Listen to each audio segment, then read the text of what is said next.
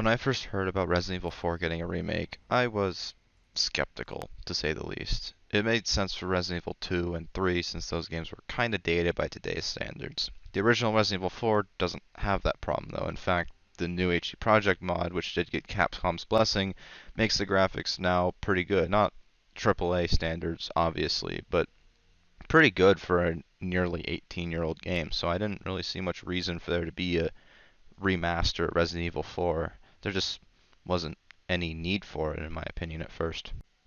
I don't even have all that much nostalgia for the original. I was only a little older than the game itself, so I only played it because I knew it was an important piece of gaming history. Same reason I played Half-Life 2, and I ended up loving both games way more than I expected to.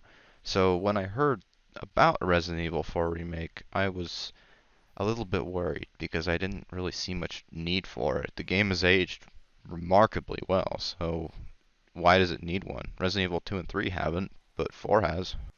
The original also doesn't leave much room for improvement. There's a few gripes I have with it and a few things that could stand an update, but overall the game still plays extremely well and still doesn't feel like a modern game, but is still fun to play in a way a lot of old games aren't. This is why I was so happy to hear that when the idea of remaking Resident Evil 4 was first pitched, the devs of the remake were about as apprehensive as I was. And knowing that really got rid of a lot of my anxiety about the game being bad because it showed that not only do they understand what they're getting themselves into, but also they actually care enough to try to make a good game out of this. Another thing that made me less skeptical of the game was seeing the trailers, because unlike many AAA trailers these days, the trailers of the Resident Evil 4 remake showed a huge amount of gameplay, which is unusual nowadays. A lot of the time, AAA companies will try to use good graphics as a crutch to hide their gameplay so that people don't remember how bad it is. So Capcom being willing to show off the gameplay in both the trailers and also just literally showing off gameplay and later obviously putting out a demo for people to play themselves is a good sign because it means they're confident enough in their work and they actually have something to show that they can do that, which is a good sign for a video game. So how is the demo? Well, the short answer is it's really good and you should play it yourself. The demo's free and only 15 minutes long, and if you've played the original, it's the start of the game up to the bingo line from the original, which is still in the remake. You can see it at the end of this demo, and they've confirmed many of the other cringy lines are still in the game, except for some of the weirdly pervy ones, but the rest are still there as far as we know. The long answer is the demo is really, really good. I've played this 15-minute demo enough times that I have 2 hours of playtime in it in 3 days after it coming out, while also flailing with what was not a light week in terms of work and personal stuff. So I had enough fun that I still spared the time to do that. I don't know if that's a good or bad sign. The controls in the demo feel great. The sensitivity on keyboard and mouse is a little bit messed up, but turning up my DPI fixed that. They managed to recreate RE4 Originals combat in a way that kept the strength of it, like the satisfaction of kicking people, but also add new stuff to it, because obviously in this version you can move while shooting, move while reloading, and many other things, and also obviously knife parry. But they kept the strengths of the original game's combat while adding new stuff and while updating it in a way that gives you more freedom of movement, but also still keeps you on your toes and isn't way easier.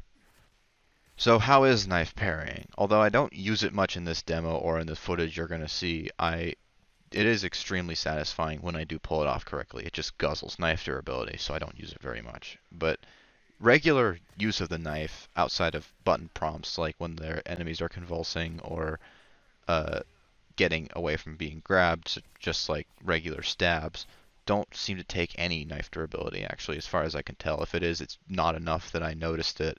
So you can still use the knife as long as it's not actually broken for situations like that, so you still have it as a fallback option, which is the primary thing I was scared of when they mentioned that there was going to be knife durability, because a big part of the original game is you have something to fall back on no matter what because you always have your knife. And so removing that could be a very bad thing if done incorrectly, but they seem to have accounted for that, and I think they were probably aware of that issue when they were making the game.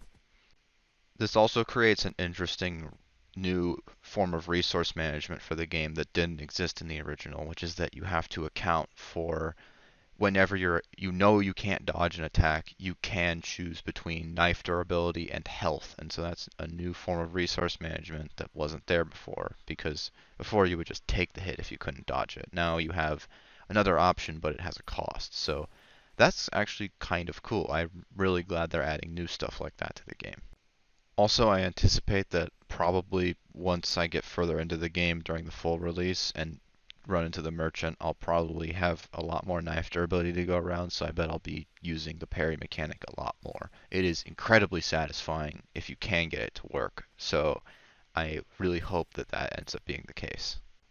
Interestingly, according to an interview with Game Informer that was making the rounds a few weeks ago, the mechanic was added because they were trying to figure out how to make the quick time event Krauser fight from the original into something they could do entirely in gameplay, which is what caused them to create this knife parry mechanic. And then they ended up liking it so much that they just kept it for the entire rest of the game and applied it to every enemy, which I thought was kind of cool. I can't wait to see how we can use this against Novies or regenerators or that kind of thing. It should be really cool to see.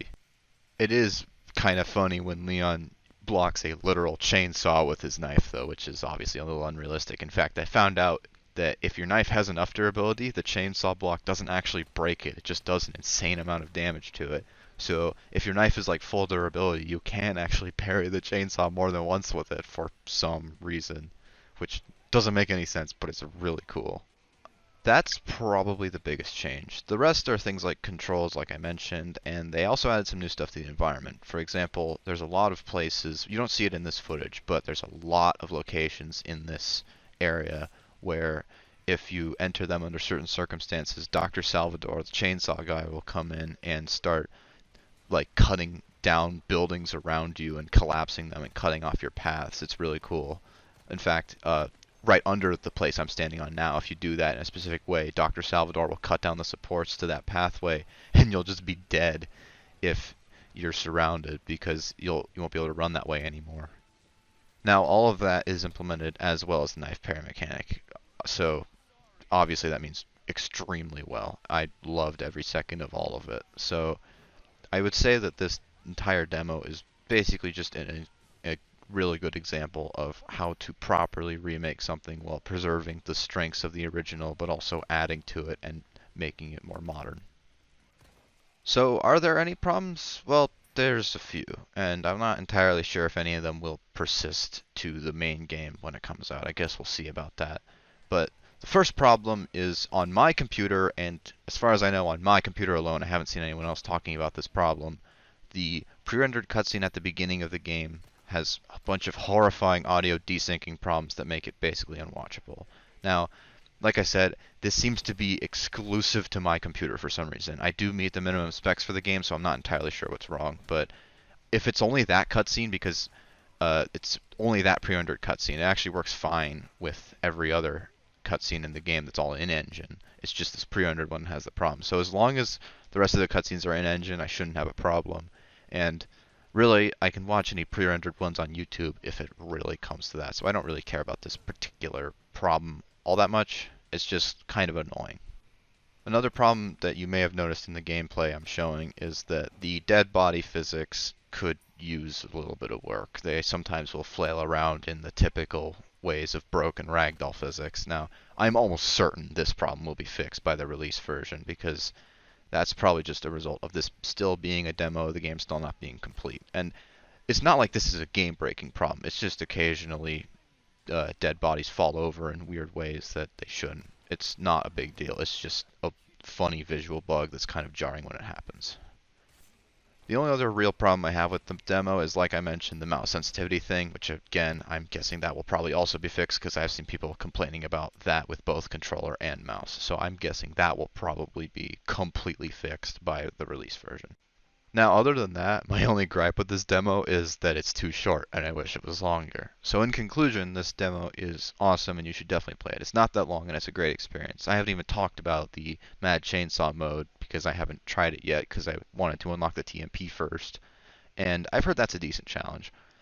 And overall, this demo has only made me even more hyped for the full release. This is one of the few games where everything I've seen has only made me more excited and not worried. There's nothing bringing the hype down. So if you've got something that can run this demo, you owe it to yourself to try it. It's only 15 minutes long, quick thing. Just check it out for yourself. It's really fun. I had a fun time with it. I'm still having a fun time with it. I'm probably going to play it into the ground before the main game comes out.